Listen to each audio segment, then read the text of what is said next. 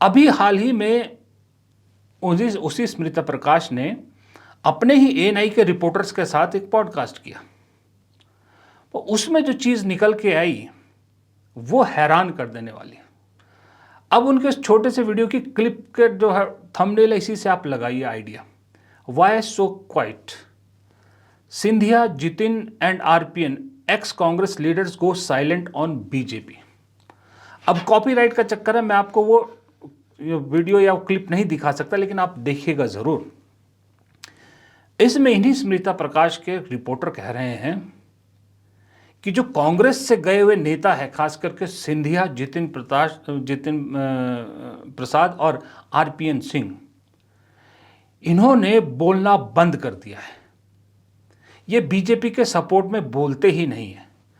RPN Singh तो जिस दिन से बीजेपी में गए हैं, ना उन्होंने कांग्रेस के बारे में कुछ बोला, ना बीजेपी के सपोर्ट के बारे में कुछ बोला, उन्होंने बयान देना ही बंद कर दिया। और ये बात बिल्कुल सही है, मैंने भी नोटिस किया कि आरपीएन सिंह तो कहीं दिखते ही नहीं। जितिन प्रसाद उत्तर प्रदेश में मंत्री है, वो वहीं तक सीमित रह गए, वो वहाँ अपने मंत्रालय से रिलेटेड भी बात नहीं करते।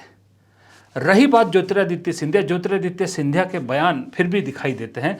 अभी प्रधानमंत्री की मां को लेकर जो कंट्रोवर्सी हुई उस पर भी उन्होंने कहा, लेकिन इसी में रिपोर्टर ने कहा कि वो भी तभी बोलते हैं जब उन्हें पार्टी कहती है। यानी जब पार्टी कहती है सिंधिया को, तब सिंधिया बोलते हैं, बीजेपी के सपोर्ट में आते हैं। अब ये 3 लोगों का इन्होंने नाम लिया। ये तीनों लोग राहुल गांधी की टीम के सदस्य थे, जो टीम राहुल हुआ करती थी पहले। अब ये तीनों अगर चुप हैं, बीजेपी के सपोर्ट में नहीं बोल रहे हैं, तो इशारे तो फिर बहुत कुछ है। और सवाल ये भी उठता है कि फिर बीजेपी में हो क्या रहा है। अशोक चव्हाण कहीं दिखते हैं आजकल आपको बोलते हुए? महाराष्ट्र के पूर्व मुख्यमंत्री जब से बीजेपी में गए हैं, एक आध बार शुरू में उन्होंने बोला, उसके बाद नहीं बोला।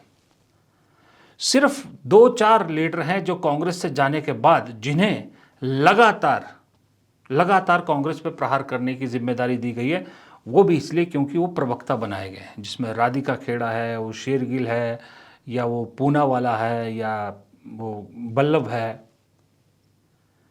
यही लोग जो प्रवक्ता लेवल के ऊपर नहीं है, यही लोग प्रहार करते हैं, आज भी कर रहे हैं।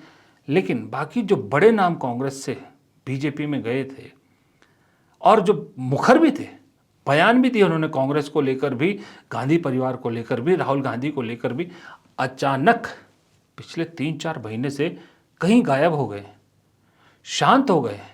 कोई बयान नहीं आ रहा, कोई रिएक्शन नहीं आ रहा उनका।